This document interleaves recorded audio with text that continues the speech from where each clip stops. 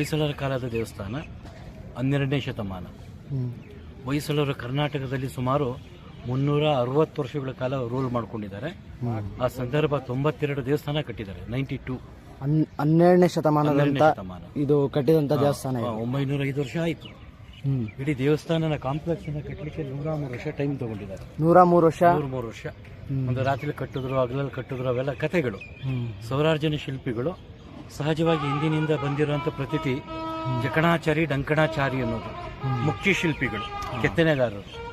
ಡಂಕಣಾಚಾರಿ ಪ್ರಸಿದ್ಧ ಶಿಲ್ಪಿಗಳು. ಅವ್ರ ಹೆಸರು ಎಲ್ಲೂ ಕಂಡು ಬಂದಿಲ್ಲ. ಕೆಲವರು ಹೇಳೋ ಪ್ರಕಾರ ತಮ್ಮ ನಿಸ್ವಾರ್ಥತೆಯಿಂದ ತಮ್ಮ ಹೆಸರು ಬರ್ಕೊಂಡಿಲ್ಲ. ಬೇರೆ ಒಬ್ಬ ವ್ಯಕ್ತಿ ಹೆಸರನ್ನ ಸುಂತನೆ ಹೇಳಲಿಕ್ಕೂ ಆಗಿಲ್ಲ. ಇದ್ದಿರ್ಲೂಬಹುದು, ಇಲ್ದಿರಲೇಬಹುದು.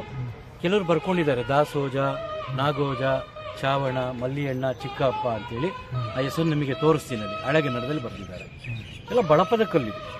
ಬಳಪದ ಕಲ್ಲಿನ ಗುಣ ಏನಂದ್ರೆ ಭೂಮಿಯಿಂದ ಹೊರ ತೆಗೆದಾಗ ಕಲ್ಲನ್ನ ಬಹಳ ಮೆದು ಇರುತ್ತೆ, ಸೋಪಿನ ಹಾಗೆ. ಹಾಗಾಗಿ ಇದನ್ನ ಸೋಪ್ ಸ್ಟೋನ್ ಅಥವಾ ಸಾಫ್ಟ್ ಸ್ಟೋನ್ ಅಂತ ಕರಿತೀವಿ. ಆ ಭೂಮಿಯಿಂದ ತೆಗೆದು ಕೆಲವು ವರ್ಷಗಳಾದ್ಮೇಲೆ ಗಾಳಿ, ಮಳೆ, ವಾತಾವರಣಕ್ಕೆ ಗಟ್ಟಿ ಆಗ್ತಾ ಹೋಗ್ತದೆ. ಆ ಭೂಮಿಯಿಂದ ತೆಗೆದು ಇದೆಲ್ಲ ಪೂರ್ತಿ ಬಳಪದ ಕಲ್ಲಿನ ಕಲ್ಲನ್ನೇ ಭೂಮಿಯಿಂದ ತೆಗೆದು ತಕ್ಷಣ ಕೆತ್ತನೆ ಮಾಡಿ ಗಟ್ಟಿ ಆದ ನಂತರ ಕಲ್ಲಿನ ಮೇಲೆ ಕಲ್ಲಿನ ಜೋಡಣೆ. ಇದು ಬಂಡೆ ಎಲ್ಲ ಪೀಸಸ್ ಒಂದೇ ಕಲ್ಲಲ್ಲಿ ಇರೋದಲ್ಲ. ಅಲ್ಲ, ಇಡೀ ದೇವಸ್ಥಾನ ಸಂಪೂರ್ಣ ಬಿಚ್ಚಿಡಬಹುದು, ಡಿಸ್ಮೆಂಟಲ್ ಮಾಡಬಹುದು, ಬೇರೆ ಗ್ರಾಮಕ್ಕೆ ಶಿಫ್ಟ್ ಮಾಡಿ ಮತ್ತೆ ರೀಅಸೆಂಬಲ್ ಮಾಡಬಹುದು. ಆ ತರ ಸಿಸ್ಟಮ್. ಇದು ಬೇಲೂರು ಇಷ್ಟು ಪ್ರಸಿದ್ಧಿ ಪಡೀಲಿಕ್ಕೆ ಕಾರಣ ಬಹುಶಃ ಎಲ್ಲರಿಗೂ ತಿಳಿದಿರುವಂತದ್ದು ಶಿಲಾಬಾಲಿಕೆಗಳು.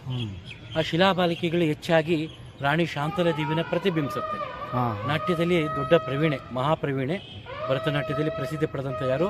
ನಾಟ್ಯ ರಾಣಿ ಶಾಂತಲ. ಆ ರಾಣಿಗೋಸ್ಕರನೇ ಆ ರಾಣಿನ ಪ್ರತಿಬಿಂಬಿಸೋ ವಿಗ್ರಹಗಳೇ ಬೇಲೂರಿನ ಶಿಲಾಬಾಲಿಕೆಗಳು. ಸುಮಾರು 10,000 ವಿಗ್ರಹಗಳಿದೆ. ಅಂದ್ರೆ ಹೊಯ್ಸಳರು ತಮ್ಮ ಅವರ ನಾಟ್ಯದೆಲ್ಲ ಇದ್ರ ಮೇಲೆ ಕೆತ್ತನೆ ಹೆಚ್ಚಿನ ವಿಗ್ರಹಗಳು ನಾಟ್ಯದ ಬಗ್ಗೆನೇ ಬರುವಂತ. ಇಲ್ಲಿ ಧಾರ್ಮಿಕತೆ ವಿಚಾರಗಳು ಕೂಡ ಇದೆ. ಹೆಚ್ಚು ಶಿಲಾಬಾಲಿಕೆಗಳು ಭರತನಾಟ್ಯದ್ದು.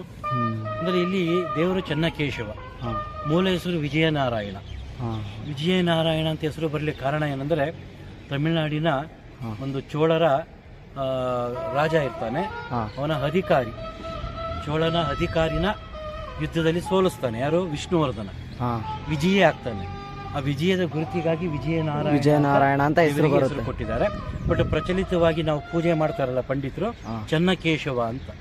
ಇಲ್ಲಿ ಚೆನ್ನ ಅಂದ್ರೆ ಸುಂದರವಾದದ್ದು. ಹೆಸರಿಗೆ ತಕ್ಕಂತೆ ವಿಗ್ರಹ ಬಹಳ ಸುಂದರವಾಗಿದೆ.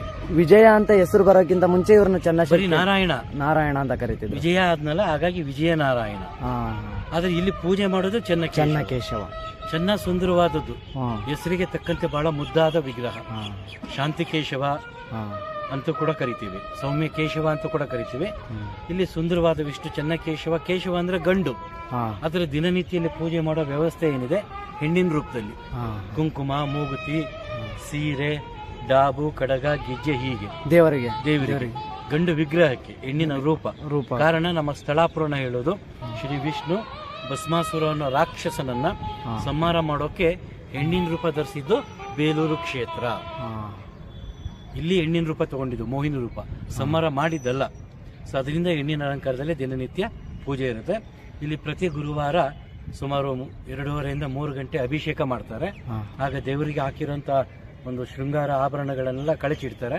ಆಗ ಮಾತ್ರ ಒಂದು 3 ಗಂಟೆ ಕಾಲ ಮೂಲ ವಿಗ್ರಹನ ಮೂಲ ರೂಪದಲ್ಲಿ ನೋಡ್ತೀರಾ. ಅಂದ್ರೆ ಪುರುಷ ವಿಗ್ರಹನ ಪುರುಷ ರೂಪದಲ್ಲೇ ನೋಡ್ತೀವಿ. ಪುನಃ ಮತ್ತೆ ಸ್ತ್ರೀ ಅಲಂಕಾರ.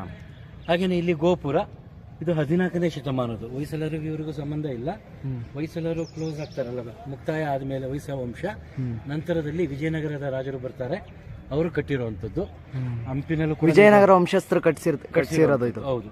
ಗೋವು ನಮಗೆ ಪವಿತ್ರವಾದ ಅರ್ಥವಿದೆ. ಗೋವಿನಲ್ಲಿ ನಾವು 33 ಕೋಟಿ ದೇವತೆಗಳನ್ನ ನೋಡ್ತೀವಿ. ಅಷ್ಟು ಪವಿತ್ರವಾದ ಪ್ರಾಣಿ. ಜಾಗ ಕೂಡ ಅಷ್ಟೇ ಪವಿತ್ರ, ದೇವಾಲಯ. ಸೊ ಹಾಗಾಗಿ ಆ ಸಾಂಕೇತಿಕವಾಗಿ ಮೇಲೇನು ಗುರುತಿದೆ ನೋಡಿ, ಹಸುವಿನ ಕೊಂಬುಗಳಿದ್ದಾವೆ. 5 ಕಳಶಗಳಿದೆ. ಚಿನ್ನದ ಲೇಪನ, ಪ್ಯೂರ್ಲಿ ಗೋಲ್ಡ್ ಅಲ್ಲ. ಅದನ್ನ ನಾವು ಕಂಪೇರ್ ಮಾಡ್ಕೊಳ್ಳೋದಾದ್ರೆ ಈ ಒಂದು ಪಂಚೇಂದ್ರಿಯ ಅಂತೀವಿ. ಹಾಗೇನೆ ಪಂಚ ಮಹಾಭೂತಗಳು, ಆಕಾಶ, ಭೂಮಿ, ವಾಯು, ವರುಣ, ಅಗ್ನಿ ಅಷ್ಟಕ್ಕೆ ಕಂಪೇರ್ ಮಾಡ್ತೇವೆ. ಇಲ್ಲಿ ನೀವು ಸಾಮಾನ್ಯವಾಗಿ ಯಾವುದೇ ದೇವಸ್ಥಾನಕ್ಕೆ ಹೋಗ್ತೀರಾ, ಪೂಜೆ ಇದೆ ಇಲ್ಲ ಅಂತ ಹೇಗೆ ಗುರುತಿಸ್ತೀರಾ ಹೇಳಿ? ಪೂಜೆ ನಡೀತಿದೆಯಲ್ಲ ಅಂತ. ಧ್ವಜಸ್ತಂಭ, ಗಂಬ ಇದ್ರೆ ಪೂಜೆ ಇದೆ.